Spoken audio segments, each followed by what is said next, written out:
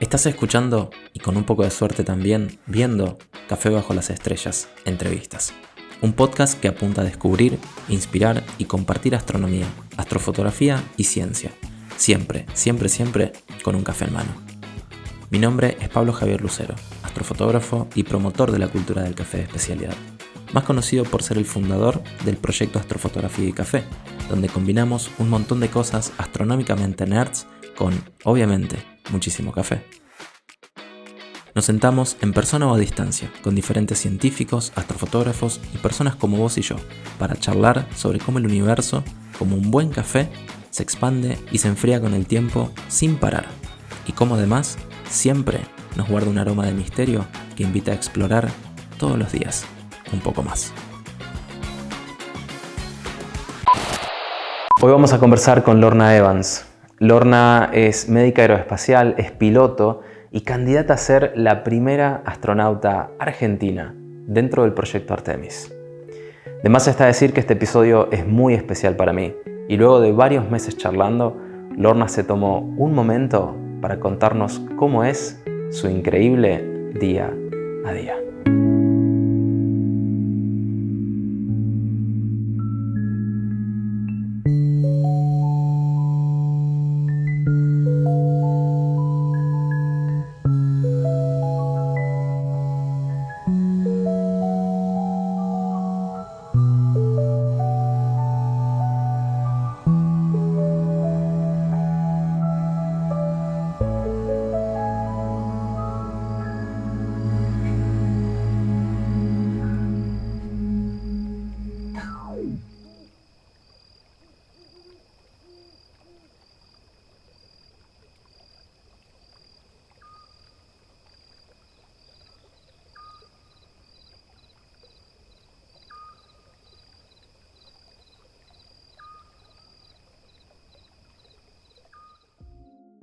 Lorna, ¿cómo estás?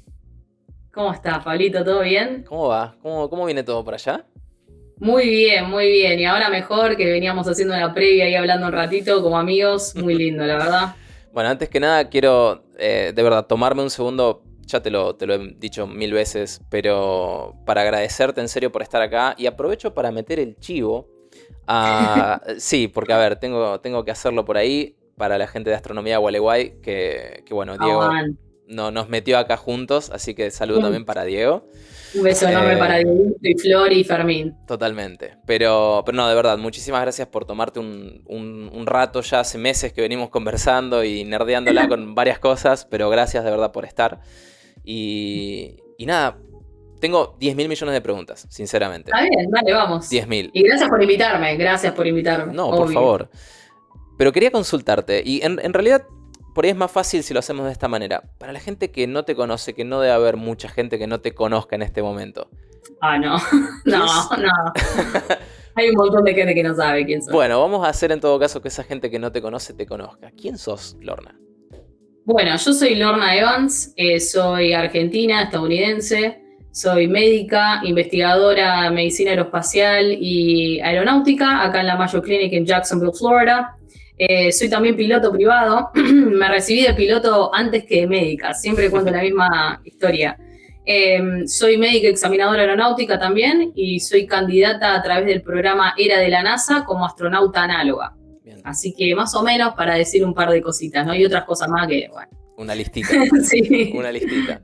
Ahora, claro. Es loquísimo porque, a ver, hemos hablado un montón de veces de un montón de cosas ahora que lo pienso, tanto profesionales como personales incluso, pero para arrancar de una manera un poco más, si se quiere, humana, ¿cómo fue que llegaste ¿Cómo fue que llegaste en realidad a este punto de tu vida? Porque, a ver, todos tenemos siempre algún sueño, todos tenemos de alguna manera alguna idea loca, tal vez, si se quiere, de chicos, pero no todo el mundo por ahí continúa trabajando para llegar a que esas ideas locas dejen de ser ideas locas o sueños y se transformen en algo real. ¿Cómo fue que llegaste hasta este punto? Y fue un camino largo, no te voy a mentir, fue un camino largo, mucho esfuerzo, mucha perseverancia, pero yo creo que también la vida un poco me ayudó, ¿no? Fue como no fue planeado, de decir, uy, hago la licencia de piloto porque en un futuro voy a ser astronauta. No fue así. O sea, y hay mucha gente que sí es así, ¿no? Que ya tiene, bueno, voy a agarrar licencia de esto, licencia. Sí. Yo en ese caso no fue así mi vida. Yo desde chiquita siempre cuento la misma anécdota, que era que yo le digo a mi papá, era muy, muy chiquita, y le digo, quiero ser astronauta, papá. Y mi papá me dice, pero hija, no hay programa espacial argentino, no hay astronautas argentinos, menos mujeres. Y yo le digo, bueno, entonces voy a ser la primera, le dije, ¿viste? Y mi viejo, nada, me dejó, ¿viste? Chiquita, que qué sé yo. Y bueno, siempre muy curioso, una mente muy curiosa, siempre me gustaba saber por qué esto es así. Una cosa que siempre recalco, que también le preguntaba a mi viejo, era el por qué, y los tenía, pobre. Pero sí, una vez me acuerdo que pensaba en mi mente, yo pensaba este tipo de cosas, ¿no? Decía, la semilla no tiene cerebro, ¿cómo sabe que tiene que crecer la hoja para este lado y la raíz para abajo? ¿Cómo hace, no? Y esas preguntas las tenía de chiquita, ¿no? Sí. Entonces siempre una mente muy curiosa, ¿viste? Crecí viendo también cosas que eran muy estimulantes en la tele, como por ejemplo, bueno, cuando era chiquita veía el laboratorio de Dexter y me gustaba esto de hacer cosas, experimentos, y decía, uy, quiero ser como Dexter, buenísimo, ¿no? Quiero hacer experimentos y hacer cosas así, investigar, ¿viste?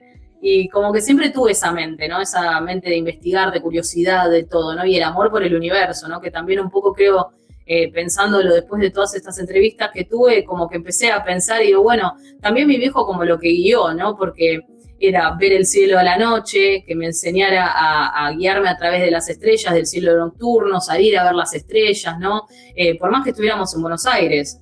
Cuando yo estaba en Córdoba, cuando íbamos de vacaciones a Capilla del Monte, también veíamos el cielo nocturno y veías la Vía Láctea en Capilla del Monte en esa época. Era una cosa, y ahí yo me sentía como que lo escuché a varios astronautas ahora decir, que ellos, Christina Cook, sí, ella decía justamente esto, que ella veía el cielo nocturno y se sentía chiquita, o cuando veía el océano. Sí. Y yo decía, wow, yo sentí lo mismo, o sea, siento lo mismo, ¿no? La inmensidad de este cielo, y te sentís como que sos una cosita tan ínfima, ¿no? La gran escala del universo. Sí. Y eso lo sentí desde muy chica, ¿no? Esta sensación, y bueno, de querer ver, ¿no? La observación del cielo nocturno, querer tener un telescopio, que bueno, yo pedía para Navidad siempre un telescopio, y nunca venía el telescopio. Nunca vino hasta que me hice grande. Hasta que me hice grande me lo pude comprar yo misma, ¿no? Porque bueno, también, viste, los struggles, digamos, esto de ser clase media baja, tal vez un telescopio era algo que no se podía, ¿no? En esa época, entonces bueno.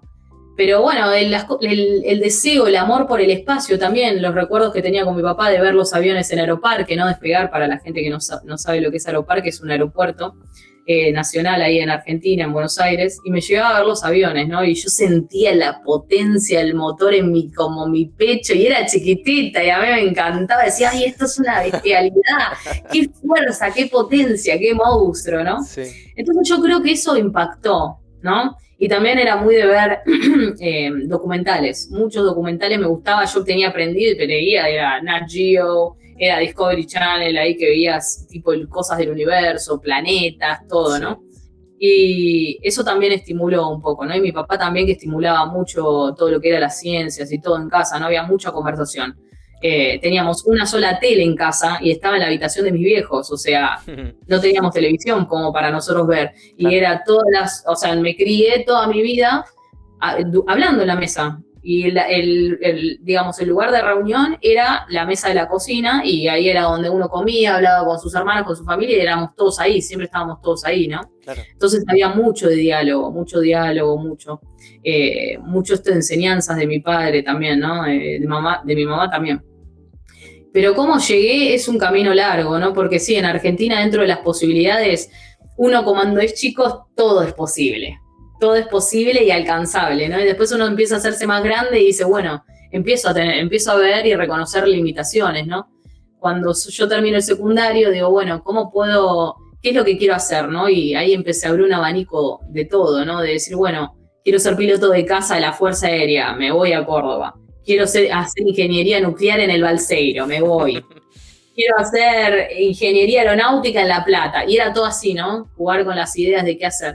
Y mi papá me dijo, a vos te va a gustar mucho la medicina. Seguí medicina, te va a gustar. Y yo seguía con esto de los aviones, que a mí me gustaban los aviones, ¿viste? Criarse también escuchando mi viejo contar sobre Malvinas, ¿no? Y los pilotos de caza, las hazañas que hicieron en la guerra de Malvinas, eso también te estimula un montón. Decís, estos tipos son unos héroes. Con lo poco que tenían, lo que hacían, era increíble, un honor para mí, un orgullo como argentina increíble, ¿no? Entonces, claro, como que tenía eso de, viste, los aviones y que qué sé yo, y el espacio. Y dije, bueno, voy a seguir medicina, ¿no? Arranco medicina. Y en el medio de la carrera digo, pero hay algo acá latente en mí que necesita salir, necesita ser explorado. Y es este amor que está latente ahí, pero no sé cómo hacerlo acá. Tengo limitaciones, vivo en un país en donde no hay programa espacial, ¿no? Entonces digo, bueno, y estoy estudiando una carrera y no estoy haciendo ingeniería aeroespacial, ¿no? Claro. No era eso. Entonces digo, bueno, ¿qué puedo hacer para estar lo más cerca del cielo posible, ¿no? Las estrellas, que es lo que a mí me gusta. Quiero estar lo más cerca posible que puedo de este sueño, ¿no? Y sentirme feliz de esa manera, ¿no? Sí. Y ahí arrancó el curso de piloto, ¿no? Pagándome todo, las horas, porque era pagarme los viáticos para ir a la universidad y estudiar, pagarme las horas de vuelo y era 1 hora, si tenía suerte, 1 hora por fin de semana que me podía pagar, ¿no? Sí. Mucho esfuerzo, pero sí. Y me recibo de piloto primero, antes que de médica, ¿no? Pero sí, fue mucho sacrificio en ese momento y después dije, bueno, cuando tuve que hacer el psicofísico para volar como piloto, sí, como alumno de piloto en esa época, ¿no? Después cuando vos ya te convertís en piloto tenés que sacar de vuelta el psicofísico, ¿no? Cuando voy a sacar el psicofísico veo que había médicos especialistas en aviación. Obviamente eran militares, ¿no? Porque era el INMAE y ahí todo lo que es medicina de aviación, etcétera, en Argentina es todo militar. Y digo, esto me interesa, yo puedo hacer esto, ¿no? Y ahí es como que me empecé a enterar, ¿viste? De todo esto. Y digo, me encanta. Yo digo, bueno, pero cuando me recibo digo, quiero ir un pasito más allá, quiero hacer aeroespacial, quiero hacer el espacio, medicina de espacio, ¿no? Del espacio. Y astronautas, ¿no? Digo, bueno, eso me acerca otro cachito más, ¿no? A mi sueño. Y así es como salto de Argentina a Estados Unidos, ¿no? Que también, ¿no? Fueron años de tocar puertas, de tratar de conseguir oportunidades, ¿no? Dentro de lo que es Estados Unidos, porque es muy difícil siendo médico extranjero, ¿no? Claro. Teniendo un título extranjero es muy difícil validar el título, etcétera. Entonces empecé a tratar de insertarme de alguna forma en el mercado laboral de Estados Unidos. Y medicina aeroespacial es algo muy pequeño, incluso dentro de Estados Unidos, que es una nación enorme, ¿no? Pero es muy, muy pequeño. Puestos de investigación son generalmente más militar o de la NASA, y entonces era como muy difícil insertarme directamente aeroespacial. Entonces dije, bueno, tengo que insertarme de otra forma a hacer investigación. Claro. Y ahí es cuando, bueno, empiezo a tratar de hacer observerships, que sería como shadowing, o sería como ir detrás del médico norteamericano. Sí. Vos no podés tocar al paciente, no interactúas, nada. Y ahí es como empiezo a hacer todo esto, ¿viste? Tardé meses hasta conseguir algo, ¿no? Que alguien me dijera, sí, te abrimos la puerta. Sí. Y bueno, y así es como conseguí, a través de un amigo mío me dijo, mirá, voy a ir a hacer un observership acá, le escribí a tal médico, a mí me respondió, tal vez te responde. Y ese médico era un médico argentino, un cirujano, de acá de la Mayo Clinic, y ahí es como yo me inserto dentro de la Mayo Clinic, ¿no? Fui a hacer una observership, lo conozco y le digo, por favor, doctor, dame una oportunidad, por favor, quiero hacer investigación como sea, ¿viste? Porque no sabía hasta este momento, ¿no? Sí. Y yo le digo, por favor, dame algo para hacer, para publicar. Y ahí él me da un par de videos, que qué sé yo los edité, que qué sé yo, y los presentamos en el Congreso Argentino de Cirugía. Y después de ahí le volví a decir, por favor, doctor, dame una oportunidad para poder hacer investigación. Y él me dice, está bien, sí, te voy a dar una oportunidad, me dijo, porque me gustó mucho el trabajo que hiciste. Y bueno, y ahí fue como arranqué, ¿no? Haciendo investigaciones en cirugía robótica en la Mayo Clinic.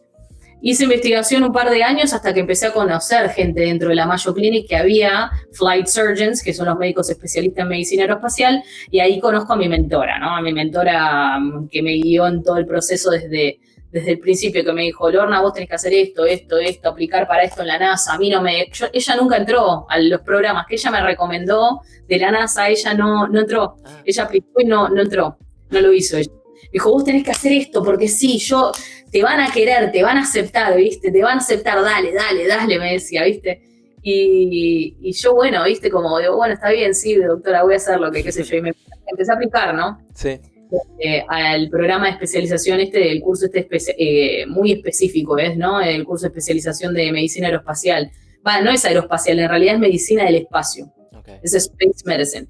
Y aplico, ¿viste? Y 4 años fueron de aplicar, ¿no? 2 años, digo, te miento. Son 4 aplicaciones que me dijeron que no. Sí. Pero esas 4 aplicaciones es un total de 2 años, porque abre 2 veces solamente este curso, ¿no? Okay. Sí, es intenso. Y me rechazaron 4 veces. Y yo me acuerdo que la última vez que me rechazaron, yo casi más tiro la toalla. Fue la primera vez que dudaba, ¿no? Y en todo esto yo no tenía en vista, voy a ser astronauta, ¿no? No lo tenía en vista. Digo, bueno, estoy desarrollando mi carrera como médica, o sea, sigue mi sueño latente de querer hacer, pero bueno, esta es como mi carrera profesional, ¿no? Claro. Entonces digo, bueno, ¿cómo puedo hacer, no? ¿Cómo puedo hacer para entrar, viste? Y estaba mal yo porque ya, digo, bueno, 4 rechazos, tal vez no tengo un buen currículum, tal vez no es lo suficiente, viste, no sé. Y empecé a dudar, viste, y en un evento aeronáutico, Wings Over Houston, ahí conocí a un flight surgeon de la NASA, ¿no? Y él me dice, mira, Lorna, hace 20 años que yo estoy trabajando acá como flight surgeon en la NASA. Me dice, yo apliqué ese curso que vos hiciste y me rechazaron 7 veces, me dijo. Claro. Si vos... 3 más todavía. Claro. Y claro, y yo digo, claro, nativo, ¿entendés? Nativo claro. Norteamericano, y vos decís, bueno, está bien, entonces puede ser, ¿viste? Porque a veces también uno se pega con un palo, será porque soy extranjera, claro, ¿viste? Se pega sí. con un palo, empieza a pensar de todo, de por qué, ¿entendés? De por qué no. Sí. Y ahí es cuando me dice, seguí aplicando, ¿viste? Y digo, si esto es para vos, se te van a abrir las puertas. Y ahí se revivó esa llama de decir, sí, voy a aplicar, esto es lo que amo, ya fue, este tipo. Pero digo, bueno, ¿sabés lo que llegué a la conclusión de decir, che, si entro con 65 años voy a ser feliz igual? Voy a ser feliz igual. De acá hasta que me muera voy a seguir aplicando. En algún momento se me va a abrir, se tiene que abrir. Por cansancio va a ser, creo. Claro. Y, claro, y bueno, y me puse como eso de objetivo, ¿no? Y apliqué esa vez y entré. Y ahí fue como cambió todo, ¿no? Vos sabés que una de las... me respondiste un montón de cosas que te quería preguntar, de hecho. Cosa que está genial. Pero vos sabés que justamente te quería preguntar por el tema de la perseverancia. Porque realmente, o sea, no es algo que mucha gente por ahí mantenga a lo largo del tiempo para con ciertas cosas. Es como que, como bien lo dijiste, llega un punto en el que tal vez empezás a pensar, tal vez esto no es lo mío, tal vez no estoy hecho para esto, tal vez. Y el escenario que uno muchas veces se pone en la cabeza es, pero ¿y si no se da? Y al final del día es como, pero ¿y si se da? Eso. ¿Me entendés? Es como que uno está todo el tiempo mentalizándose y pensando en el escenario más catastrófico posible. Sí. Y por ahí le pifiaste, por ahí le erraste, no te aceptaron, lo que sea. Como en tu caso me decís 4 veces. Y vos decís, bueno, pero ¿y si no llego? Pero ¿y si llego? Y después volviste a intentar y ahí estás. Entonces, exacto. La consulta que te quería hacer con respecto a esto es, ¿qué es lo que por ahí te quedó después de mantener esa perseverancia? Porque no todo el mundo la mantiene. En este caso tuviste una persona que te hizo ver las cosas tal vez de otra manera y te dijo, che, pará, a mí me bocharon 7 veces, aguanta un toque. Pero, ¿me entendés? Pero más allá de eso, ¿qué rescataste después de todo ese tiempo? Porque fueron años invertidos para tratar de llegar. Cuando realmente te dicen, cuando te dan el sí y decís, vamos todavía, me voy para adentro. ¿Cómo te sentiste? Sí. ¿Cómo absorbiste toda esa experiencia? Porque no es algo menor.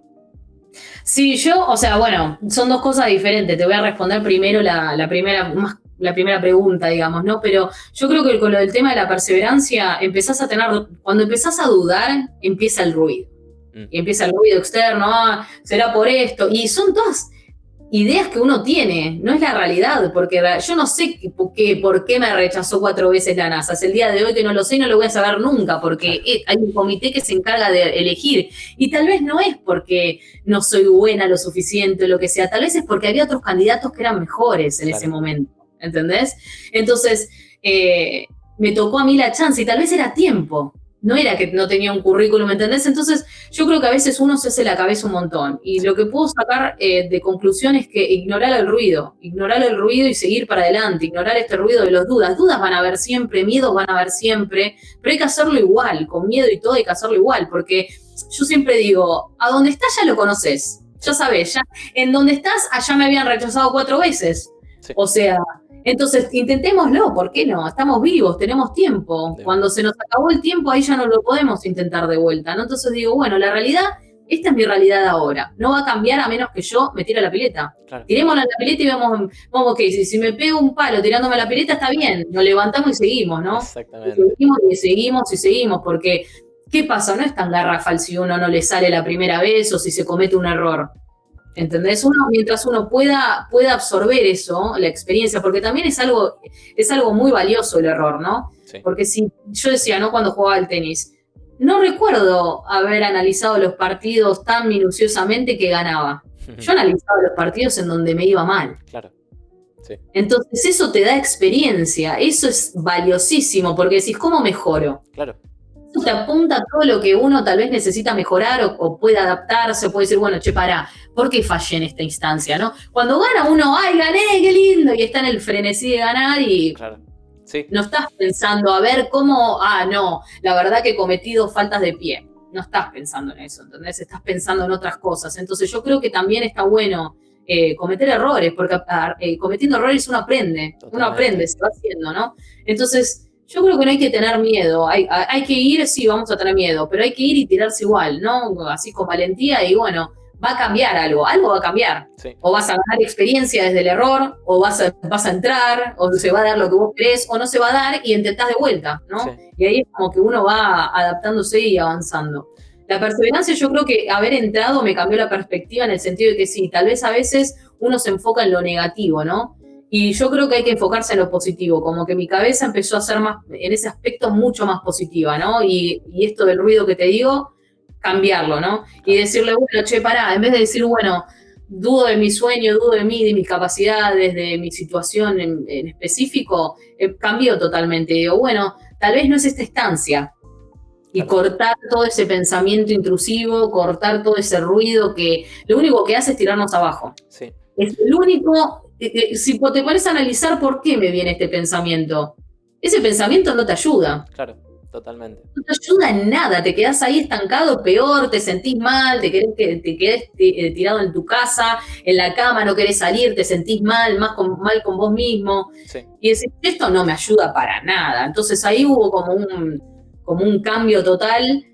No me tomo las cosas personales, ¿no? Digo, bueno, no paso esta vez, vamos para adelante, seguir, y no tomármelo y quedarme ahí agarrando este sentimiento de decir, che, no se dio, que bla, bla, bla, ¿no? Y eso te cambia la perspectiva a nivel vida en todo, te digo, claro. Sí, es que hay una línea muy, muy fina entre entender por ahí la situación de por qué se dan ciertas cosas y por qué no. O sea, es muy difícil realmente llegar a esa instancia a veces, porque...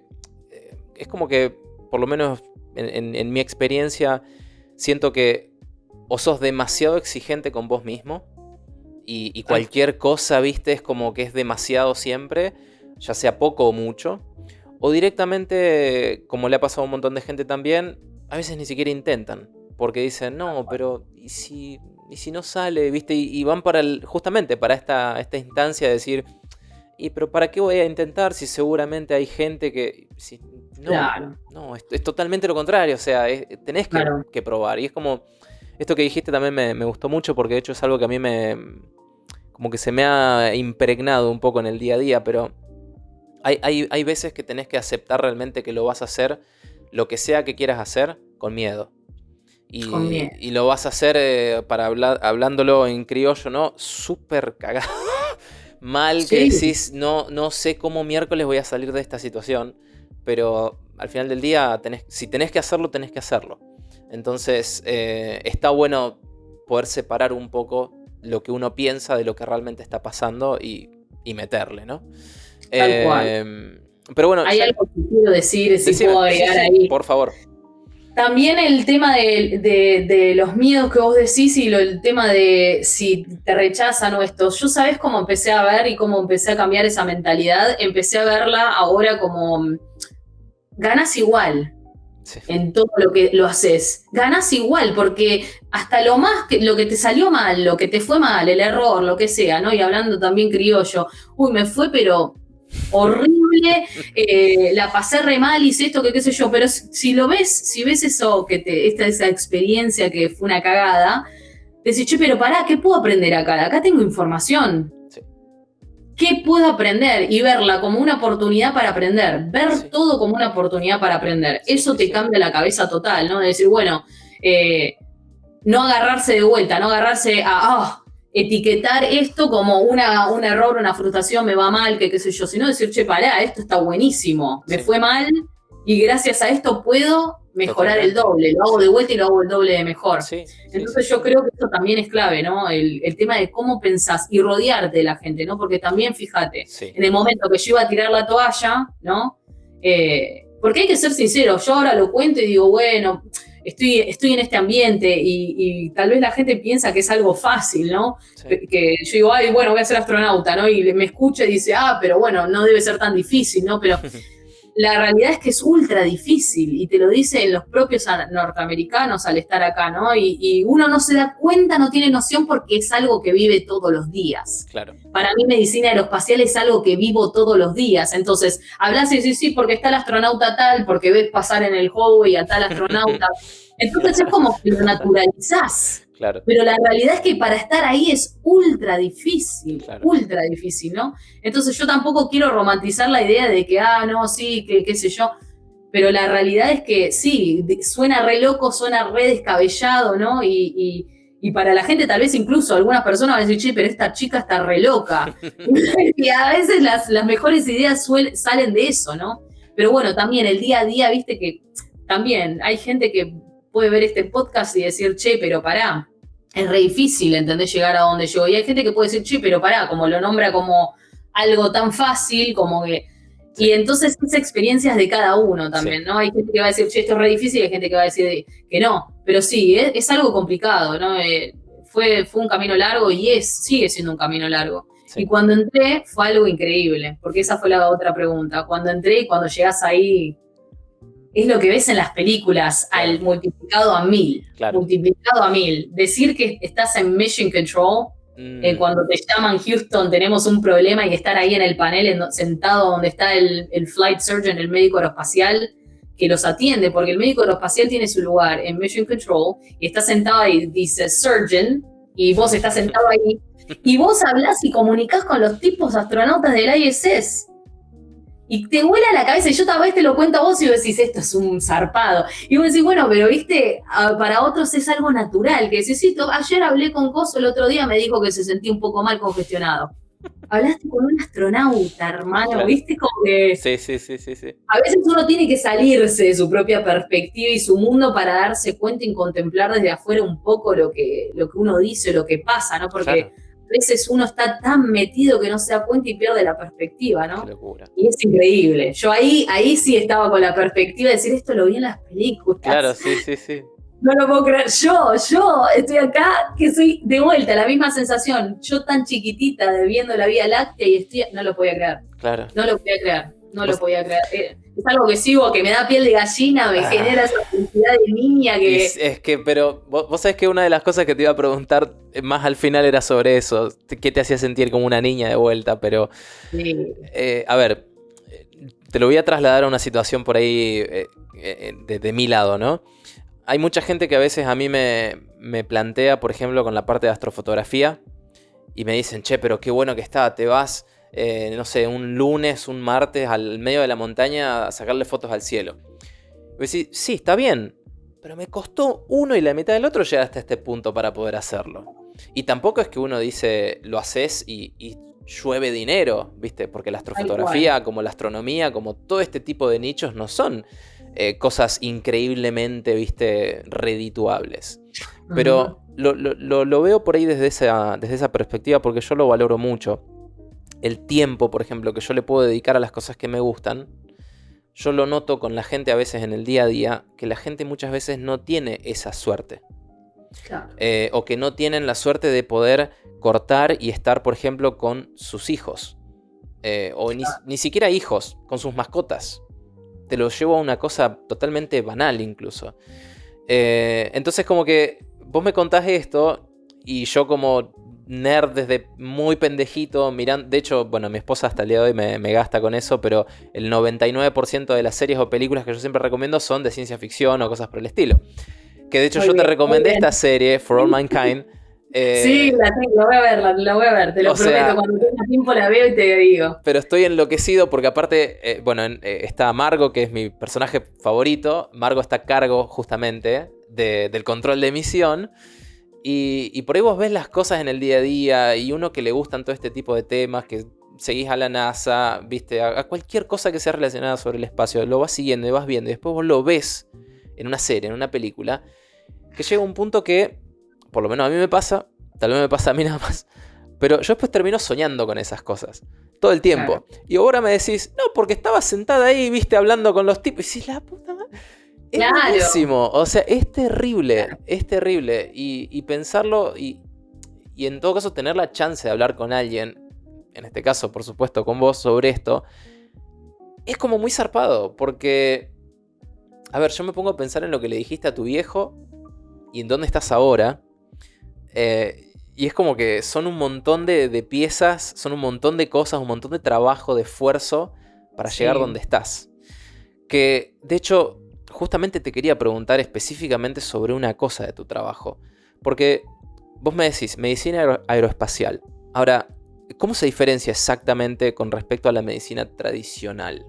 Porque no debe ser, o sea, una cosa sencilla, me imagino. ¿Cómo viene la mano? Y todo tiene sus complicaciones, ¿no? Dentro de la medicina, ¿no? Pero lo que es aeroespacial es la salud de los pilotos y la salud de los astronautas. Y eso es lo que hace el médico aeroespacial, ¿no? Bien. Es una rama súper especializada, súper chiquita dentro de lo que es medicina. Y sí, es justamente, ¿no? Los pilotos, sea los pilotos de línea comercial, los pilotos de caza militares o los astronautas, sus cuerpos sufren diferentes tipos de estresores, ¿no? Que nosotros como gente normal caminando por la faz de la Tierra no experimenta, ¿no? Ellos, por ejemplo, tienen tienen muchísima más cantidad de exposición a la radiación, tienen los astronautas ni hablar, ¿no? Los astronautas ni hablar, pueden sufrir hipoxia, pueden sufrir desorientación espacial, ¿no? Los pilotos comerciales también, pilotos comunes, pilotos privados de avión, pueden tener los astronautas ni hablar de vuelta, ¿no? Es como que el astronauta potencia todo al máximo, ¿no? Claro. Y bueno, hay un montón de cosas, la experimentación con la fuerza G, ¿no? La fuerza de aceleración G, que por ejemplo un piloto de vuelo acrobático está acostumbrado y se tiene que ir entrenando, ¿no? Para ir soportando cada vez más, ¿no? Los pilotos de caza hacen entrenamiento con centrífuga, centrifugador, los astronautas también hacen entrenamiento con centrífuga, ¿no? Justamente para cuando es el despegue y el aterrizaje, bueno, en este caso fue el amerizaje, ellos experimentan fuerza de aceleración G, y los tipos están entrenados para poder mitigar en caso de que porque uno puede perder la conciencia, ¿no? Dependiendo de cómo viene el vector cómo viene la fuerza, o sea, la dirección de la fuerza, ¿no? De la aceleración, dependiendo de dónde viene, me van a matar después los físicos, porque van a decir, ay, no, los vectores, qué sé yo. Pero para que la gente entienda cómo, de la dirección de donde viene esa fuerza, ahí, dependiendo de dónde viene, la sangre se va a mover dentro de tu cuerpo, si es muy fuerte la aceleración, ¿no? Entonces, puede irse a los pies, y al irse a los pies, uno tiene menos agua en el tanque, y ahí pierde la conciencia, tiene un síncope, se desmaya, ¿no? Sí. Entonces, ahí todos los pilotos entrenan justamente eso, la maniobra mal llamada de Valsalva, en donde ellos comprimen todos los músculos para poder mantener toda la sangre en el pecho torso y que no baje de repente y perder la conciencia, ¿no? Eso es algo que se entrena. Los astronautas tienen que entrenarlo también, ¿no? Entonces, todo esto es algo muy específico, ¿no? Porque no es una población que todo el mundo es piloto, todo el mundo es astronauta. No. Entonces es algo ultra específico y bueno, ¿no? El médico aeroespacial a nivel astronauta trata de mitigar todo lo que va a suceder en la microgravedad, ¿no? Que en la microgravedad los cambios son incluso peores, ¿no? En el cuerpo que un piloto. Claro. Mucho peores por el hecho de que hay, por ejemplo, desmineralización ósea, ¿no? Pierden hueso en la microgravedad justamente por todos los cambios que ellos experimentan. Hay falta de fuerza y falta de estímulo a nivel hueso y músculo, y eso es lo que hace. Nosotros estamos en la Tierra en homeostasis, o sea, estamos neutrales, estamos formando y degradando hueso todo el día, ¿no? Sí. Y cuando vamos a la microgravedad, con estos cambios, ¿no? De que no hay estímulo mecánico sobre el hueso y sobre el músculo, porque uno está como flotando, claro. Justamente por la microgravedad, lo que sucede es que hay un desbalance, este balance neutral que tenemos en la Tierra, y se destruye más el hueso de lo que se construye. Entonces ahí se veían que había fracturas, ¿no? Y lo peor es a la reentrada. Claro. Porque si vos, imaginate que en el amerizaje, entre 30 y 40 kilómetros por hora ellos chocaron contra el agua. Uno piensa, lo ve despacito, ¿viste? Es todo perspectiva, ¿no? Pero lo ve despacito, cayendo y que qué sé yo, y cae. No, caen con una fuerza, es como un choque a baja velocidad. Sí. Entonces, ellos ahí, si imagínate, tenés un hueso que está muy débil, que está con poros, que se perdió mucha mineralidad, o sea, que se desmineralizó, ahí se puede hacer una fractura. Y eso no está bueno. Entonces, esas cosas es lo que estudia la medicina aeroespacial, ¿no? Cómo mitigar, cómo prevenir, sigue estudiando los cambios, ¿no? Porque ahora con el avance de lo que es las misiones espaciales, ¿no? Ir a la Luna, hacer una base espacial en la Luna, ahí tenemos gravedad. No tenemos una gravedad que vos decís como la Tierra, pero tiene gravedad, te cambia el panorama ahí. Claro. ¿Cómo van a ser los cambios ahí, no?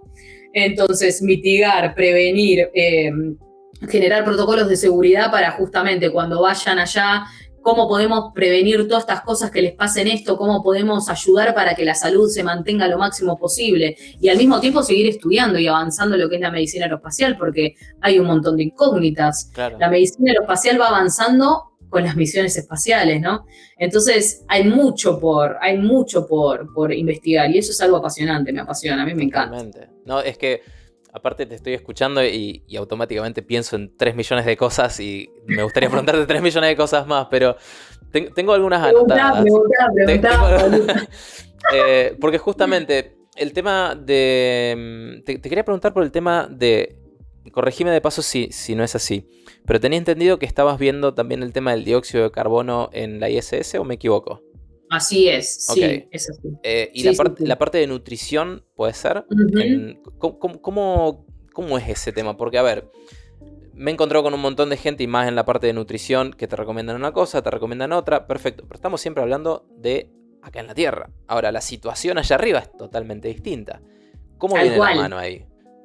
Bueno, lo que es la parte de dióxido de carbono te voy a contar primero, que ese es uno que me apasiona, me encanta ese.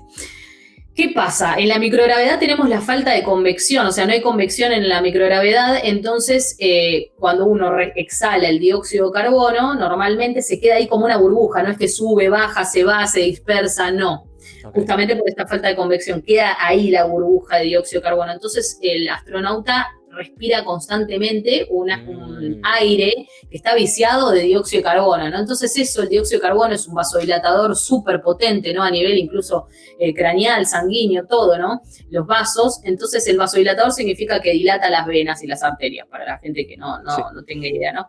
Entonces es un vasodilatador ultra potente, ¿no? Y es rapidísimo, actúa rapidísimo. Entonces esto genera ya que tenemos en microgravedad, se suma la parte del fluid shifts, que sería que los fluidos se van hacia el tronco y hacia el encéfalo, no hasta hacia la cabeza. Sí. El cuerpo empieza a pensar que hay un aumento de presión, ¿no? Que hay un aumento de presión y sumale al dióxido de carbono, que te empieza a molestar ahí porque tenés la burbuja que estás...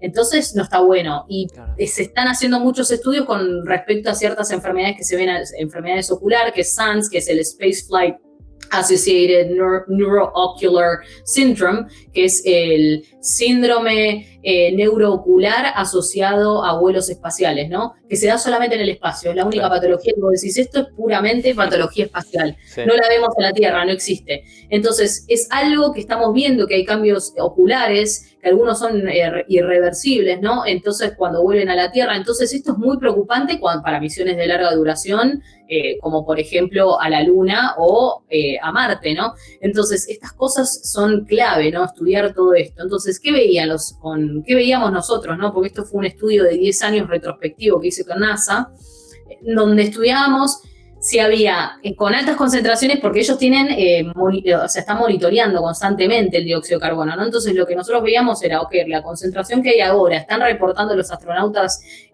síntomas, están diciendo que tienen congestión nasal, dolor de cabeza, fatiga, deterioro cognitivo, que se sienten como sluggish, ¿viste? Lento, que no se sienten bien, que tienen, encima esos dolores de cabeza son fuertes, son potentes, ¿viste? Y veíamos eso, hicimos una correlación con la data que teníamos con los sensores y lo que reportaban ellos. Y nos dimos cuenta que ahora la presión parcial de CO2, que es el límite que ellos tienen para funcionar bien y sin tener síntomas, la NASA tiene un límite operacional de hasta 3. Sí. Nosotros con nuestro trabajo pudimos darnos cuenta que a niveles de 2.7... presión parcial de dióxido de carbono, ya estamos viendo que ellos empiezan a tener síntomas. Y esto, claro, a la NASA se le prende la carita y dice, che, pero pará, muchachos, tenemos que bajar el nivel de dióxido de carbono dentro de la cabina. Esto es importantísimo, porque si no se empiezan a sentir mal. Están haciendo cosas que son altamente específicas, que son necesarios que ellos estén a nivel cognitivo totalmente centrados. Claro. Dolor de cabeza, te sentís mal, congestión. No, tal vez puede ser que la pifies, ¿no? Y esa no es la idea. Sí.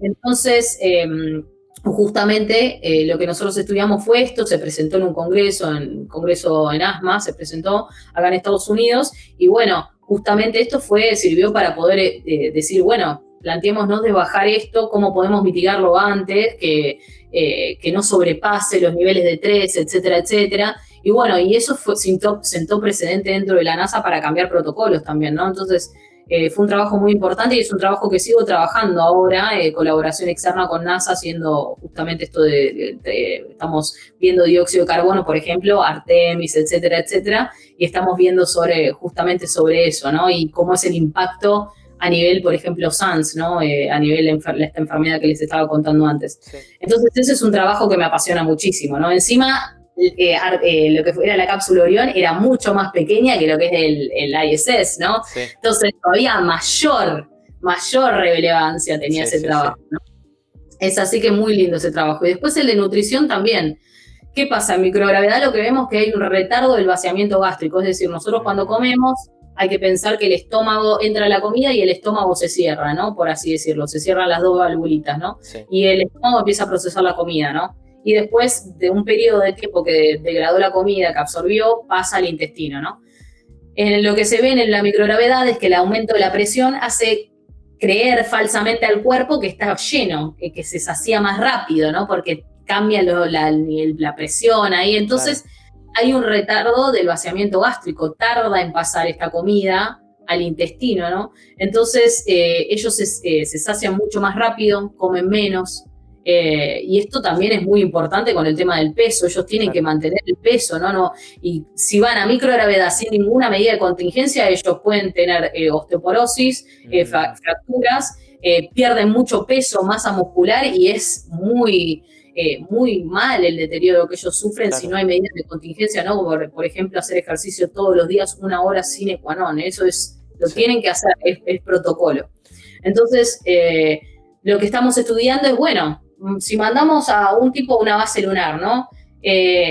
A nivel nutricional, no vamos a llevar una vaca, y no es que vamos a tener vacas pastando ahí. Entonces, ¿cómo va a ser el tema de, si mandamos un tipo 2-3 años, cómo vamos a hacer? Sí, va a haber resupplies y todo, pero estamos estudiando la parte de lo que es nutrición basada en plantas, porque hay una ventaja de la nutrición basada en plantas versus la nutrición carnívora común, ¿no? Entonces estamos justamente estudiando eso, y es algo que me apasiona, ¿no? Y también justamente con todo este retardo, ¿no? Y también hay otras líneas de investigación en donde estamos viendo, bueno, tenemos el suelo lunar, ¿no? Y plantamos una plantita. ¿Es lo suficientemente nutricio para mantener la salud del astronauta? Claro. ¿Se impregna de metales pesados? ¿Qué es lo que pasa? ¿Qué es lo que pasa con esa plantita? ¿Está buena?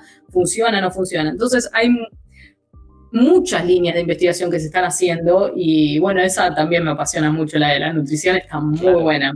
Espero que en algún momento, no sé si este año o el otro, tal vez salga el trabajo, porque todo tiene su tiempo, lamentablemente. Pero bueno, son los 2 trabajos grandes que estoy trabajando con la NASA, que son 2 proyectos que yo propuse de hacer, ¿no? Y mis mentores en NASA me dijeron, sí, nos encanta, y ahí lo agarraron, y ahí es como ellos me están ayudando con este trabajo, sí. Ahora, ¿cómo haces, por ya que me mencionas esto, cómo haces, por ejemplo, con el tema de la proteína necesaria que tiene que tener el astronauta, por ejemplo, en microgravedad? Porque, a ver, voy a hablar con total desconocimiento del tema. No sé cuánto tiempo suelen pasar en la estación espacial. No sé si son periodos relativamente largos o cortos, pero esto que mencionas de que están en microgravedad, con el tema de la pérdida en la parte de los huesos, en la parte de los músculos, ¿cómo haces con la ingesta de proteína necesaria? Me dijiste 1 hora de entrenamiento que tienen fija prácticamente. Sí. Y con la parte de proteína, o sea, ¿cómo se maneja eso generalmente? Si es que se... No sé si... Sí. Te pregunto porque no sé. No, sí. No, es excelente la pregunta. Hay un montón de cosas que hacemos, ¿no? Y lo que tiene la medicina aeroespacial es que es muy focalizada en las personas. Es súper individual, no es, para todos le vamos a dar tanta cantidad de comida, ¿no? Se hacen todas las métricas, ¿no? BMI, índice de masa corporal, se hace la antropometría, todo. Queremos saber todo de ese astronauta en específico y los requerimientos que necesita, ¿no? También análisis de sangre, etcétera, etcétera. Y en base a los requerimientos de esa persona por día nutricionales se le arma la dieta. Y también en base a los gustos de esa persona, porque no te voy a mandar a comer, no sé, lenteja todos los días y odias la lenteja, ¿no? Pero la idea es justamente armar un menú específico para esa persona, no súper específico, no es que unos van a comer asado todos los días y otros van a comer lenteja porque les gusta la lenteja, ¿no? Pero se arma algo que toda la crew pueda disfrutar dentro de lo que, bueno, vamos a tener steak, vamos a tener pollo, qué sé yo. Se arma, ¿no? Se arma un menú específico para ellos. Y ellos tienen reemplazo con vitaminas, se le da vitamina D, se le da vitamina B12, tienen suplementación también, también para esto, ¿no? Pero sí, la dieta se ajusta. Se ajusta a través de los nutricionistas que están ahí. Los nutricionistas, ellos calculan absolutamente todo cuánto es el requerimiento del cuerpo de ellos en microgravedad, y hay unas tablas en donde uno puede ver más o menos cuánto de masa muscular van a perder y calcular y hacer modelos, y en base a eso ahí se le arma toda la dieta, ¿no? Pero sí, tiene la cantidad de gramos, ahí se le calcula la cantidad de gramos. Tienen 3 comidas al día, ¿no? Tienen desayuno, almuerzo y cena, y en el medio tienes snacks que ellos pueden comer, tienen que comer verduras, tienen que comer fruta, o sea, hay de todo, ¿no? Que ellos, más allá de la preparación, ¿no? Porque dicen, van a comer una pomada, y lo ves. No, algunas cosas sí que son medio puré, pero el resto no es tan así. Claro. Pero sí, todo viene en bolsita, todo deshidratado, todo ultra procesado de una manera que pese lo menos posible, ¿no? Porque, pero vos decís, una microgravedad no pesa nada, o sea, sí, pero el despegue sí pesa. Claro. Y eso es combustible y eso equivale a dinero. Entonces, la idea es mandar la mayor cantidad de comida posible con el menos pesos posible, y bueno, empaquetada así justamente para que sea fácil de transportar, ¿no? Claro. Entonces, y bueno, y también justamente, ¿no? Por ejemplo, el agua. Fíjate que el agua viene dentro de unos sobrecitos y tiene una válvula, porque ellos cuando toman agua no puede el agua estar dispersa por todos lados, puede arruinar algo de la cabina, un instrumento, etcétera, ¿no? Entonces, justamente se empaqueta todo y se tiene mucho cuidado con esto porque, por ejemplo, la sal y la pimienta, yo siempre digo lo mismo, la sal y la pimienta vienen en solución acuosa. Sí. Porque ellos no pueden abrir un paquetito de sal que vaya a todos lados. Claro, ¿no? Es un riesgo porque pueden aspirarse la sal o la pimienta, se termina en el aparato respiratorio, un bardo. Claro. Le puede impactar en un ojo, un bardo pero peor. Entonces, a vos o a cualquiera que está ahí, entonces hay ciertas cosas, por eso hay mucha precaución con el tema de la comida, ¿no? Viene en sobrecito, todo, ¿no? Se le pone agua, se le rehidrata, se lo calienta. Y todo esto justamente, y tiene que tener una forma también, ¿no? Como te digo, porque se trata de evitar justamente eso. El gatito. ¡Me muero! Bueno, Me encanta. los que están No, viendo... esto es hermoso, déjalo. La carita, me muero. Qué gato desgraciado. Bueno, la gente que Ay, que está viendo el video, tengo al gato delante de la cámara en este momento. Así que, Naranjita, mi amor, me encanta. por Dios. Cosas de la vida que están Ahora voy a lindas. hacer una pausa y lo voy a sacar porque si no, no nos va a dejar terminar el episodio. Vení acá. Y se enoja para acá. Me está atacando. No quiere salir, quiere estar en la cámara, quiere ser de primera. Por Dios, voy a tener que hacer una pequeña pausa. Lo voy a sacar porque si no, no nos va a dejar hacer nada.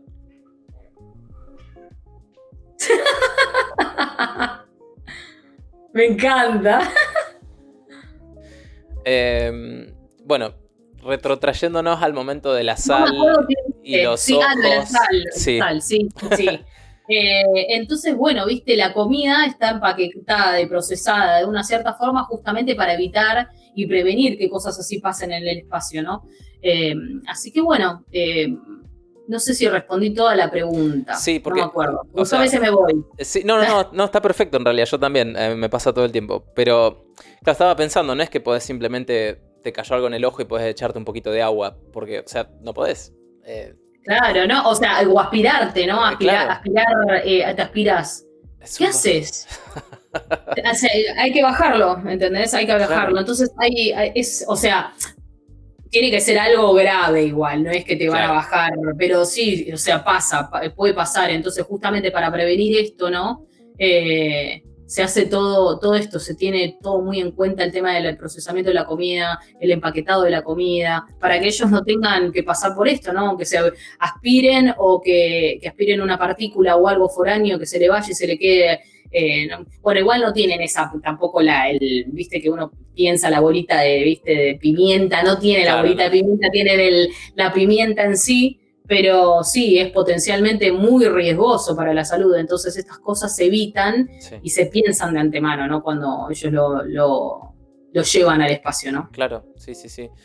Vos sabés que, hablando sobre estos temas, de vuelta, se me ocurren un montón de cosas, pero hay algo que sí te quería preguntar. ¿Cuál va a ser puntualmente, y lo vamos a dar por hecho, cuál va a ser tu rol, por ejemplo, en una misión lunar? No lo vamos a hacer como un supuesto, porque... No, acá no hablamos con supuestos. ¿Cuál va a ser tu rol puntualmente? O sea, estando allá, ¿cómo te desempeñarías? Si es que más o menos tenés idea de cómo se daría tu trabajo en esa situación. Claro. Bueno, primero que nada, o sea, si ponele, a Estados Unidos tiene que hacer un llamado de selección, ¿no? Tiene un llamado, digo, para que uno vaya y se postule para ser astronauta, ¿no? Se hace un llamado a todos los norteamericanos. Uno se postula, te eligen, perfecto. Te eligieron para ir a hacer una X misión lunar, ¿no? Qué sé yo, construir la base lunar. Sí. Perfecto, con Artemis 4. Vos siendo médico, vos allá no vas a cumplir tu rol de médico, porque el que se encarga de hacer eso es el que está en Mission Control. Es el médico, el Flight Surgeon, el médico aeroespacial que está en Mission Control. Vos ahora tenés uno de tus compañeros, ¿no? De repente le pasa algo, una emergencia, no sé, se clavó algo, le pasó algo, en donde vos tenés que actuar. Obviamente vas a tener a tu otro crewmate, ¿entendés? Él va a estar llamando a Houston y vos vas a estar ahí actuando como médico porque justamente es una situación de ponerle vida o muerte, en donde uno tiene que intervenir, no va a estar bien, pero a ver si está... No, esas cosas no. Claro, entonces en caso de eso... Claro, en caso de eso, ahí sí tu función como médico antecede, ¿no? Ante un caso de emergencia de este estilo. Pero Houston va a estar conectado ahí. En 2 minutos van a estar los tipos ahí que pasó, ¿entendés? Claro. Y después ahí, una vez que ya Houston está ahí en línea y vos estás tratando de estabilizar la situación o lo que sea, ahí el Flight Surgeon digamos, de la NASA, que está en Mission Control, ahí al saber todo lo que está pasando, qué es lo que está sucediendo, él empieza a tomar el control y te dice, bueno, hace esto, y uno lo va haciendo, ¿no? Uno va como astronauta, uno va a cumplir una misión, no va como médico, no va como geólogo, bueno, depende si la misión es justamente eso y sos geólogo, obviamente vas a hacer todos los experimentos de geología, pero muchísimo mejor que cualquiera. Pero yo siempre cuento, hay 2 entrenamientos, está el entrenamiento básico de astronauta, una vez que te seleccionan ahí empieza el entrenamiento, ¿no? Entonces, te seleccionan, empieza el entrenamiento básico astronauta, que es decir, podés sobrevivir, sabés todos los protocolos de seguridad, sabés para qué sirve cada botoncito dentro de la Estación Internacional Espacial, y te preparan justamente para todo eso, para poder soportar la fuerza G en el despegue, en la reentrada, todo lo que es simulación, cómo es la reentrada, te hacen hacer todo eso, ¿no? Te hacen simular toda una misión entera. Y después tenés las mission specific, que sería el entrenamiento específico de la misión. Por ejemplo, si vos sos piloto, ¿no? Vos sos piloto y tenés que hacer un experimento con ratones, tenés que saber cómo manipular los ratones, ¿no? Entonces, ahí hay un entrenamiento, te entrenan para sacar sangre, ¿no? Tal vez vos sos piloto y decís, yo no sé sacar sangre, pero ahí vas a necesitar ayudar a tus compañeros para sacar sangre, ¿entendés? Porque eso es algo que se hace de forma rutinaria, ¿no? Claro. Que se saca sangre, orina, etcétera, para seguir los cambios a nivel médicos, los cambios que están pasando a nivel fisiológico, etcétera, y si hay alguna patología y poder mitigarlo de vuelta, ¿no? Que es la función principal de la medicina aeroespacial. Entonces, en este caso, uno va y cumple la misión específica que la NASA le da. Yo tal vez digo, bueno, sí, me entrenan como astronauta, hago todo, pero Lorna, tu misión en esto va a ser, no sé, cultivar células madre. Y aparte vas a tener que armar la base espacial. Bueno, listo, perfecto. Entonces me van a enseñar cómo armar todo, qué herramientas tengo que utilizar, en qué caso, cómo hacerlo. Lo mismo la parte de células madre, ¿no? Me van a enseñar, qué sé yo, cosas específicas tal vez que quieren hacer del experimento, ¿no? Sí. Entonces ellos... Es así básicamente como es, ¿no? No es que yo voy a ser la médica que está on board, a menos que me digan, che, Lorna, queremos tener un médico, pero generalmente no, el médico es el que está en Mission Control, ¿no? Claro. Tal vez cuando se avance y digamos, bueno, tenemos hace 20 años que hay una base lunar, ahí ya tal vez no haya tanta dependencia en Houston, ¿no? Y ahí ya hay un equipo médico, tipo más hospital, más organizado.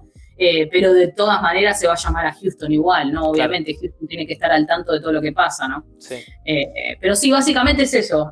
Si te seleccionan para una misión lunar, uno es astronauta primero. Como digo siempre, los astronautas de la NASA son astronautas de carrera, es tu profesión. Ahora vos dejás de ser lo que eras y ahora sos astronauta. Cobrás un sueldo, tenés periodo de surveillance, o sea, vos volvés, te hacen todos chequeos médicos, que hacen chequeos anuales, te hacen chequeos todo el tiempo hasta que el fin de tu vida. Claro. O sea, sos astronauta de por vida, por más que estés retirado de la NASA y todo, sos astronauta de por vida, ese era tu trabajo, tu misión, ¿no? Entonces sí, es algo buenísimo, o sea, para mí me encanta. Sí. Bueno, sabes que me queda como que me siento un poco mejor ahora, considerando que esta serie que te vengo recomendando es bastante realista por lo que me estás diciendo, porque todo lo que me estás diciendo estoy como chequeando varias cosas, viste, que me van quedando, digo, está copado. Pero vos sabés que una de las cosas que también te quería preguntar, tengo como 20 preguntas anotadas, vamos por una en particular, pero porque, a ver, esto es una cosa que a mí personalmente siempre me llamó la atención, pero ¿qué similitudes, por ejemplo, y diferencias encontrás, considerando que sos piloto, entre lo que es la situación natural, normal, digamos, que un piloto puede tener en la Tierra con respecto a una que puede tener justamente un astronauta? Porque, a ver, el otro día estaba viendo cuando largaron el Falcon 9, creo que fue ayer o antes de ayer, que mandaron alimentos y demás, y me acuerdo que mi esposa me decía, che, pero está yendo despacio. Y yo estaba diciendo, pero pará, pasaron 4 segundos y en cuestión de 2 minutos estaba en 26.000 kilómetros por hora, ya estaba fuerte. Y decía, qué animalada. Entonces... La perspectiva, ¿viste? De vuelta. Claro, o sea, fueron 2 segundos y decís, pará. Pero te quería preguntar con respecto a eso, ¿qué similitudes y qué diferencias por ahí como piloto te puedes llegar a encontrar en una situación como esa? Porque me imagino, claramente, ¿no? Que no es lo mismo ser piloto en la Tierra, ser piloto en una situación totalmente diferente y extrema. Sí. Ya estamos hablando que son aeronaves diferentes, ¿no? Y uno tiene que adaptarse a esa aeronave, ¿no? Porque no vas a ir, porque si soy piloto puedo volar todos los aviones, ¿no? Cada avión es diferente, entonces uno se tiene que adaptar a ese avión, ¿no? Lo mismo pasa acá. Si, por ejemplo, Victor Glover, ¿no? Que es el piloto que él fue acá con Artemis 2, ¿no? Fue parte de la tripulación. Víctor tuvo que hacer un montón de entrenamiento en simulador para poder cumplir su función de piloto, ¿no? Dentro de la tripulación. Entonces uno se adapta, es diferente, obviamente, ¿no? O sea, no estás volando en la cápsula avión, lo que sea que estés volando, no estás volando eso. en la Tierra, ¿no? Eso no existe. Sí. Por eso están justamente los simuladores, hacen mucho de simulación, todos, porque tienen que tener una idea más o menos en caso de que haya una incapacitación de Víctor. Claro. ¿Qué? ¿Ya nos morimos? No. Claro. Y todo, se murió Víctor. Ya está, nos morimos todos. No. Así no funciona. Entonces cada uno tiene que entrenamiento del centrifugador, entrenamiento en avión, tiene todo el tipo de entrenamiento como para poder tener una medida de contingencia y también va a estar hablando obviamente con Houston, que Houston le va a decir, che, hace esto, ¿no? Porque tampoco es que se reciben de pilotos cuando ellos van a hacer este entrenamiento, ¿no? Claro. Pero sí tienen que saber resolver, entra un protocolo de seguridad, tiene que saber cuál es el protocolo de seguridad. Es como cuando tenés una emergencia en pleno vuelo de avión, ¿no? Empezás con las checklists, ¿entendés? Entonces empezás ahí con las checklists y tenés que saber cuál es la que necesitás, empezar con las checklists, hablar con la torre, lo mismo. Claro. Entonces esas similitudes obviamente hay, ¿no? Nada más que estás hablando con Houston. Con Mission Control. Pequeña diferencia, ¿viste? Pero sí. Pequeña diferencia. No estás hablando con la torre, estás hablando con Mission Control, no, claro. Terrible. Houston, tenemos un problema. Por Dios. Claro. Mira, Lorna, tengo varias preguntas, pero no te quiero tampoco sacar tanto tiempo. Quería... Podemos hacer un podcast, una segunda parte. Una segunda parte. No, pero te quería preguntar porque esto realmente me parece que creo que es importante no solamente para mi niño interior, sino también para un montón de gente en general.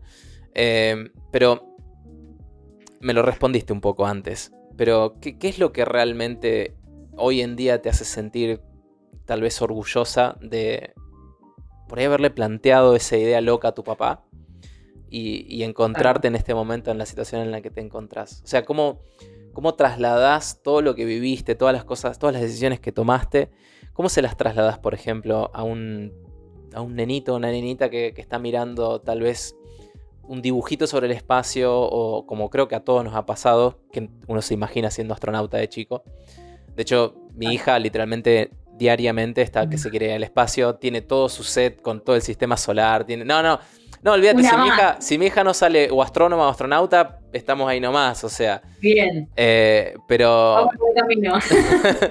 Pero realmente, o sea, me parece que es importantísimo eso, porque al final del día, los chicos, es como que con el paso del tiempo uno se choca a veces con la realidad que uno por ahí tiene a su alrededor, sea el país, sea la política, sea el entorno, lo que sea, no interesa. Y muchas veces eso te tira para atrás. Y me parece que tratar de dejarle siempre un mensaje a los chicos es importante, ¿no? O sea, porque al fin y al cabo muchas veces es simplemente trabajo y dedicación y perseverancia, pero ¿cómo recordás todo tu trabajo? ¿Cómo se lo trasladás hoy en día, por ejemplo, si tuvieras que hablar con un chico, una chica chiquitita que está con esta idea loca en su cabeza como la tuviste vos? ¿Cómo haces? Bueno, yo te voy a responder esto porque medio como que me hicieron una pregunta así en una entrevista y yo me di cuenta de que más allá, era natural para mí, ¿no? Ser de clase media baja, no tener cosas, no, era algo natural y para mí esa era mi vida, no era que yo decía, uy, mirá, podría tener esto, como que ese pensamiento no existía, o mirar a mis pares y decir, uy, estos se fueron, o sea, sí, decía, uy, estos se fueron a París, qué copado, me encantaría ir a París, pero mi perspectiva de vida, bajo mi realidad, a mí no me cambiaba en nada. Claro. Entonces, esta era mi vida y mi vida era así, no era como lo de ellos, entonces era como que mucho no me influenciaba en ese aspecto y no entraba en la comparación, ¿no? De decir, uy, cómo me gustaría, uy, qué bajón, que no tengo esta vida. No, entonces yo creo que eso fue clave en mí.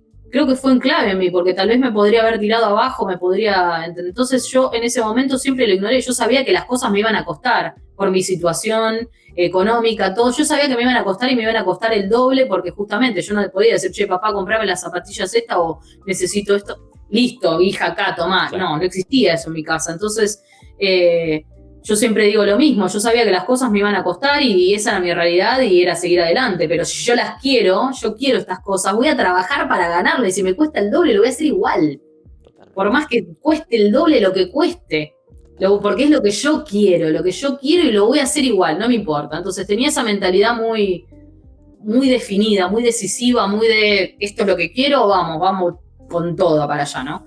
Entonces, creo que eso fue clave, ¿no? En mi vida, ver lo que tengo, ¿no? Y lo que tengo y bueno, cómo podemos hacer, ¿no? Y yo digo siempre, yo estoy muy orgullosa. Cuando vos decís, uy, bueno, estarás orgullosa. Estoy muy orgullosa de donde estoy, obviamente, a dónde llegué, pero estoy más orgullosa de dónde salí, ¿no? Porque justamente cuando vos ves estas cosas decís, wow, ¿no? Hasta dónde llegué y de dónde salí, ¿no? Y volver a la Argentina, volver a ver cómo era tu casa, ¿no?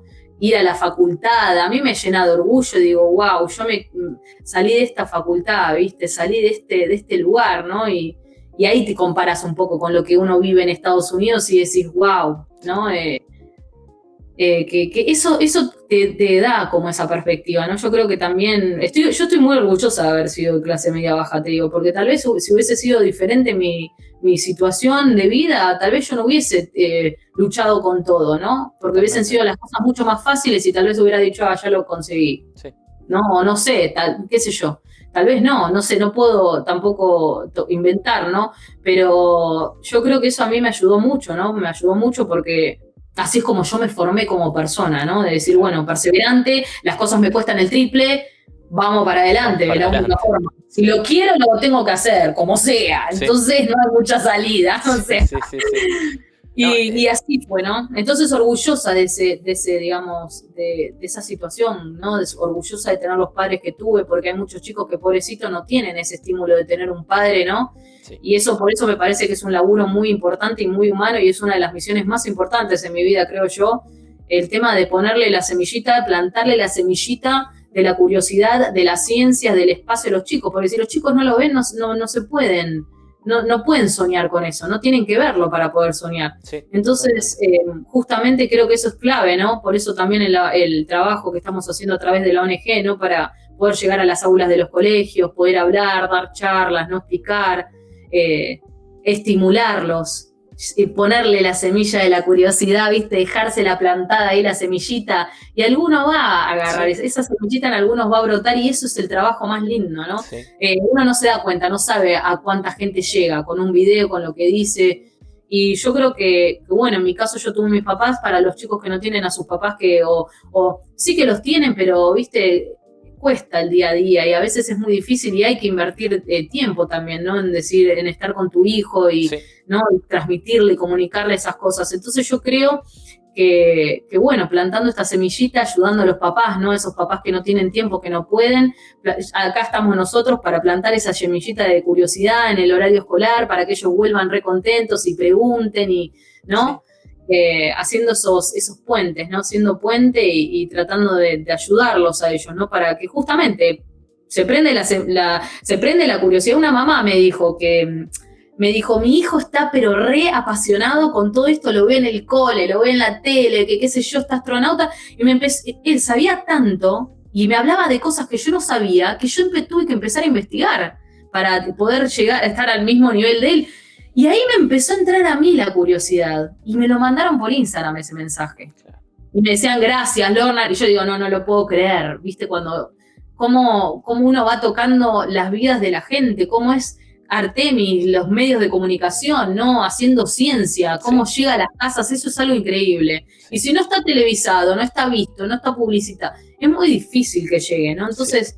Creo que eso es un trabajo que es muy lindo hacer, muy humano, me parece que es una de las misiones más importantes también, de poder generar mini científicos, ¿no? De que las próximas generaciones quieran hacer esto y estudiar y pasar el batón, ¿no? Para los próximos que vienen, ¿no? Y entrenarlos y ayudarlos y darles herramientas para que sigan adelante, ¿no? Sí. Así que sí, mi mensaje es de esperanza, que sigan, que se tiren a la pileta. Siempre va a haber miedo, pero que se tiren igual. La realidad que viven en ese momento es la misma, no cambia, a menos que se tiren a la pileta con miedo y todo. Totalmente. Y si se tiraron y salió bien, bienvenido sea. Y si se tiraron y salió mal, aprendemos de eso y nos volvemos a tirar. Y la próxima vez, en vez de tirarnos así y caemos con la panza, caemos enclavado perfecto y lo logramos. Entonces, eso es lo que le puedo decir a los chicos, que sigan su sueño, que descubran qué es lo que les gusta, ¿no? Que descubran qué es lo que les gusta, cuál es su sueño. Creo que una clave para descubrir qué es lo que les gustan es las cosas que vos haces con pasión y que amás y deseás y todo, vos las podés hacer por horas y pasa todo el día y no te diste cuenta y decís, uy, pasaron 6 horas que estoy haciendo esto. Estás remetido y feliz y contento y te gusta y querés más. Eso es lo que tenés que hacer. Sí. Eso es lo que tenés que seguir. Eso es tu pasión. Totalmente. Ese es tu sueño, alimentalo con todo y eso te cambia la perspectiva, porque haciendo lo que vos amás, sos feliz, te cambia la vida. Si haces algo que es por obligación, que no te gusta tanto, no vas a ser feliz. Esa es la realidad. Entonces, ponele, decís, bueno, tengo un trabajo que me sirve para poder mantener a mi otro trabajo. Hacelo. ¿Sí? Seguí alimentando esa semillita de lo que a vos te gusta por fuera del trabajo. ¿Y quién te dice en un futuro estés en un nivel que digas, uy, desarrollé esto, se me ocurrió hacer esto y después ese trabajo que te ayuda a catapultar esto, lo podés dejar para poder dedicarte a tu sueño? Entonces, creo que eso es clave, ¿no? Sí. Bueno, vos sabés que creo que mucha gente de alguna manera siempre, no sé por qué, en realidad sí creo que sé por qué, pero más o menos como que todos terminamos en un mismo punto a veces, porque creo que a todos nos costó llegar a donde estamos. Y es muy loco, siempre me acuerdo, esto lo mencioné hace un par de episodios atrás, de esta frase que había dicho Jim Carrey sobre su papá, que el tipo literalmente apostó por un trabajo seguro, como contador, y él sabía que era un cómico realmente de puta madre. Claro. Y no se animó. Y él dice, se quedó literalmente toda su vida con ese trabajo, y cuando tenía casi 60 años, lo echaron. Y literalmente toda la familia estábamos prácticamente sacándonos de comida de la basura, dice, para sobrevivir. Hacíamos lo que podíamos para sobrevivir. Dice, sí, hay una cosa que me enseñó eso, que a mí también me quedó muy marcado, porque en mi familia pasaron también cosas parecidas, vengo de un entorno parecido al tuyo también. El tipo dice, si hay una cosa que me dejó es, fallar podemos fallar siempre. Es preferible de última que fallemos en algo que amamos y no en algo que odiamos. Y tal es cual. Como que decís, tal cual. No puedes decirle nada, o sea, tiene toda la razón del mundo. Toda la razón del mundo. Mientras estemos vivos tenemos la oportunidad de hacerlo. Totalmente. De hacerlo que amamos. Totalmente. Y eso es lo importante, ¿no? Sí. Que no importa la edad es un número, no importa. Hay que hacerlo igual. Sí. Porque te cambia la vida cuando uno hace lo que ama. Sí. Te hace sentir feliz. Sí. Es como reconectar con ese deseo interno que es un motor, ¿no? Es un motor. Y si vos alimentás ese motorcito, cambia todo alrededor tuyo. Totalmente. Te sentís más feliz, te sentís en paz. Sí. De decir, bueno, esa es la palabra. Tal cual, porque uno no puede ser 24/7 feliz. No. Convengamos que a veces van a pasar cosas en el trabajo, ¿no? Pero yo creo que la paz es lo que te genera la felicidad. Porque estar en paz te mantiene tranquilo, estás bien, decís estoy bien y ahí te da la perspectiva de decir, bueno, che, pará, esto lo estoy disfrutando un montón. Totalmente. Estoy en paz, estoy haciendo, soy auténtica con lo que yo amo y lo que quiero, ¿no? Sí. Y de ser auténtico con uno mismo y lo que ama uno, te da paz, felicidad y cambia todo alrededor tuyo. Sí. Lorna, te voy a hacer una última pregunta antes de cerrar. Dale. Que esta es un clásico que siempre hago.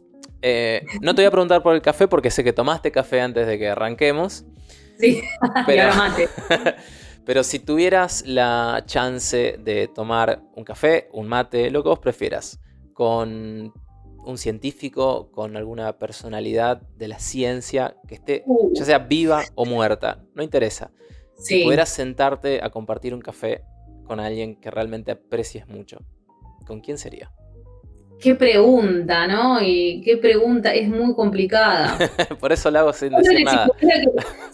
Creo que si tuviera que... Bueno, Richard Feynman es alguien con que me encantaría poder, es un físico, es impresionante ese hombre. Bueno, Albert Einstein, obviamente, pero si te hubiera que elegir y tengo una sola oportunidad, que vos decís, Lorna, esta es tu única oportunidad en la vida, ¿con quién querés hablar y tomarte un café? Me gustaría, y esto es algo personal, me gustaría poder hablar con Jesucristo, obviamente. Directamente, así al nivel más alto, cosa de que no... Okay. Y si es una oportunidad que tengo única en la vida... Y sí, no la tenés que despreciar. Me gustaría poder hablar con él, escucharlo. No hablar, porque yo ya ahí no hablo. Claro, no, me siento y me quedo en la mesa nada más mirando. Me siento y me quedo escuchando. Eso ya es para mí, ya está. Bien. Ahí ya está. Eso creo que sería. Eso sería clave, ¿no? Bien. Y ahí tal vez te podría preguntar, ¿cómo se te ocurrió? Claro. El universo es fantástico. Ahora, Sos la primera persona que lo menciona y creo que es complicado después superarlo ahí, porque ahí ya levantaste la vara. Pero sí, a ver, todo el mundo, vos sabés que es una cosa muy loca. Toda la gente que termina siempre hablando en el podcast, de alguna manera siempre como que me cachetean de alguna forma y me dejan descolocado y después digo, ¿cómo hago después para continuar? ¿Viste? Es claro. Complejo, pero a ver, esta sí es mi última pregunta y puntualmente, obviamente que estás al tanto, ¿no? De los discos de Sagan, de las ondas que se mandaron en los 70, ¿no? Sí, claro, sí. Si pudieras retrotraerte en el tiempo y dejar un mensaje en esas ondas, ¿qué dejarías? Uy, estas preguntas son las que me matan a mí. Que son muy buenas, pero me hacen pensar, a ver, ¿qué mandaría para la humanidad? Creo que mandaría un mensaje muy parecido al que mandó Víctor en la misión de Artemis, que nos amemos entre nosotros y que nos amemos a uno mismo también, ¿no? No solamente amar a los otros, sino amarnos a uno mismo. Amar lo que hacemos, y para amarnos tenemos que ser auténticos con los que somos y lo que queremos ser, ¿no? Entonces yo creo que tenemos que amarnos a uno mismo y amar a las personas que están al lado, porque eso te cambia también, ¿no? Si vos, es algo simple, vos decís, bueno, che, pará, a mí me pasó una vez, ¿no? Cuento esta anécdota muy brevemente, pero yo estaba en la fila del Starbucks para agarrar un café, ya sé, no me odies, pero estaba ahí en el Starbucks y cuando voy a pagar me dice, la señora que pasó adelante tuyo pagó por tu café. Y vos decís, qué gesto hermoso, no tenía por qué. Claro. No tenía por qué. Y ahí te das cuenta que decís las mínimas cosas, ¿no? Que hace uno por el otro. Sí. Y a mí me cambió el día y dije, y eso te da ganas de hacer cosas así para los otros, ¿no? De decir, che, yo voy a hacer esto para el otro, le va a cambiar por ejemplo, uno va al supermercado, ¿no? Y están los cajeros, ¿no? En el supermercado, y tal vez están teniendo un día re largo, y darle una buena palabra, decirle, hola, ¿cómo estás? Ya termina tu chef, ya termina tu coso, darle una charla, ¿viste?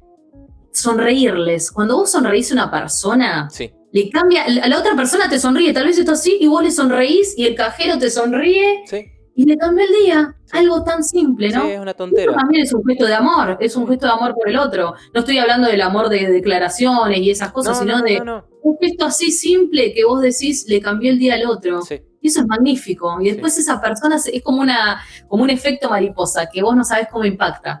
Y si es algo bueno y positivo, va a impactar y va a ser algo positivo por 1000. Entonces, ¿por qué no? Hagámoslo. Hagámoslo. Eso es el mensaje que dejo, creo. De decirle que amarse a uno mismo y amar a los otros. Eso creo que es clave. Bueno, acabas de prácticamente arruinar todas las respuestas anteriores que han hecho las otras personas, porque de vuelta, siempre digo lo mismo, pero cada vez que llego a este punto, de alguna manera siempre alguien levanta un poco la vara con la respuesta, así que no te voy a decir más nada. Claro, bueno. O sea, ya está. No, pero en serio. Lorna, la verdad es que no, o sea, no lo puedo cerrar de otra forma, no lo puedo cerrar de otra manera. Sí tengo que de vuelta agradecerte, de verdad, por el tiempo, por la buena onda. O sea, súper orgulloso de que te hayas tomado un tiempo para charlar, en serio. Obvio. Y bueno, estos últimos segundos son tuyos. Si querés, no sé, dejar tus redes, querés dejar lo que sea, estos últimos segundos son completamente tuyos. Dale. Bueno, si me quieren seguir, mi Instagram es lorna.am. Estoy ahí en Instagram. También mi ONG, que es la Asociación Latinoamericana de Medicina Aeroespacial, Ingeniería y Bioquímica. Bioquímica, dije, me equivoqué. Biotecnología. Ahí está. Biotecnología. La Asociación Latinoamericana de Medicina Aeroespacial, Ingeniería y Biotecnología. ALMA IB.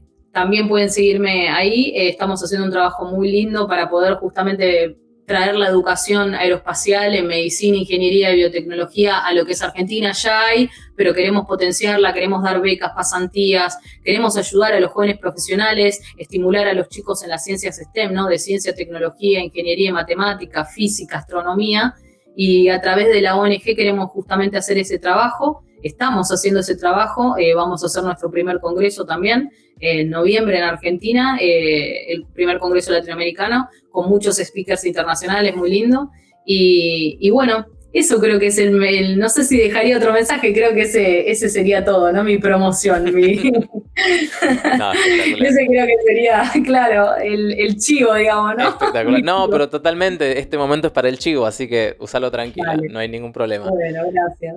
Lorna, de vuelta. ¿Te puedo decir algo? Sí, por favor. Gracias. Porque mi mensaje es importante, pero también tu trabajo es importante de poder diseminarlo, así que tu trabajo es igual de importante. Bueno, gracias. No, por favor, la verdad que hace ya realmente meses que venimos charlando, hablando prácticamente de cualquier cosa y que podamos al final coordinar y hacerlo, de verdad, no sé, me encanta, la verdad que me encanta. Bueno, perdón por el gato que se nos metió en el medio, pero en fin. Es hermoso, parte de la vida.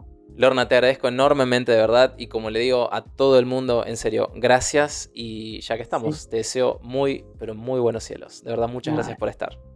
Gracias, Pablito, gracias. Un beso grande. Un beso, chao.